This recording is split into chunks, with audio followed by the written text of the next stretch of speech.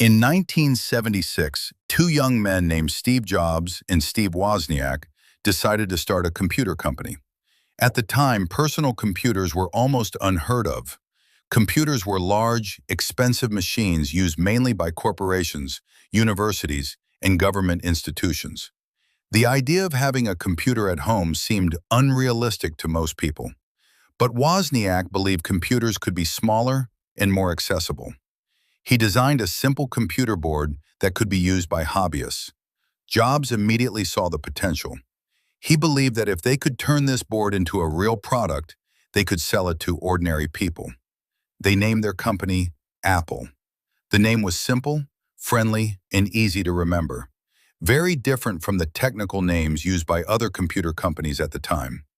Their first product was the Apple I computer. It wasn't a complete computer like the ones we know today.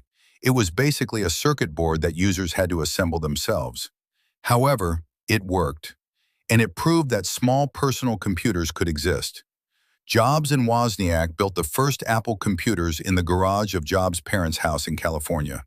They didn't have much money, but they had ambition and belief in their idea. Soon after, they created the Apple II, which became one of the first successful personal computers in the world. Unlike the Apple I, the Apple II came as a complete product with a keyboard, case, and color graphics. It was revolutionary at the time. The Apple II quickly became popular in schools, businesses, and homes. Sales grew rapidly, and Apple became one of the fastest-growing companies in the United States. However, success didn't last forever. In the early 1980s, competition in the computer industry became intense. Companies like IBM entered the personal computer market. Apple tried to stay ahead by creating more advanced machines. One of Apple's most ambitious projects was the Macintosh computer, introduced in 1984. The Macintosh was one of the first computers with a graphical user interface and a mouse, making computers easier to use for ordinary people. But inside the company, tensions were growing. Steve Jobs was known for being demanding and sometimes difficult to work with. Conflicts with Apple's leadership eventually led to a dramatic moment in 1985. Steve Jobs was forced to leave the company he had co-founded. For many companies, losing a visionary founder might have been the end of the story, but both Apple and Jobs would eventually find their way back to each other. During the years after Jobs left, Apple struggled. The company released several products, but none of them had the same impact as the earlier innovations. Sales slowed, and Apple began losing ground to competitors. Meanwhile, Jobs started a new company called Next, and also purchased a small animation studio that later became Pixar. Pixar would go on to produce some of the most successful animated films ever made. By the mid-1990s, Apple was in serious trouble. The company was losing money and struggling to stay relevant in the rapidly changing technology industry. In 1997, something remarkable happened. Apple decided to buy Next, the company that Steve Jobs had started after leaving Apple. With that acquisition, Steve Jobs returned to Apple. His return changed everything. Jobs simplified Apple's product lineup and focused on innovation and design. Instead of producing many confusing products, Apple began focusing on a few great ones. In 1998, Apple introduced the colorful iMac, a computer that looked unlike anything else on the market.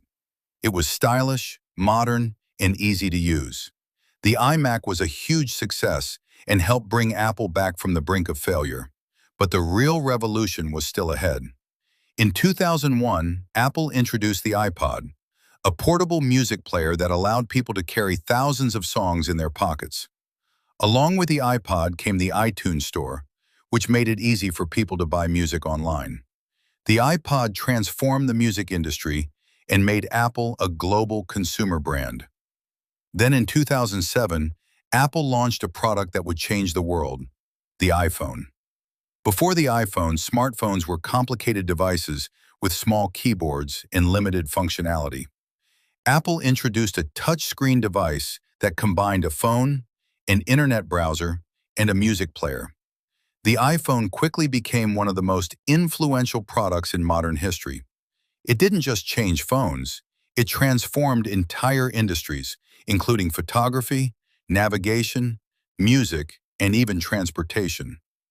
After the success of the iPhone, Apple continued expanding its ecosystem with products like the iPad, Apple Watch, and services such as Apple Music and iCloud.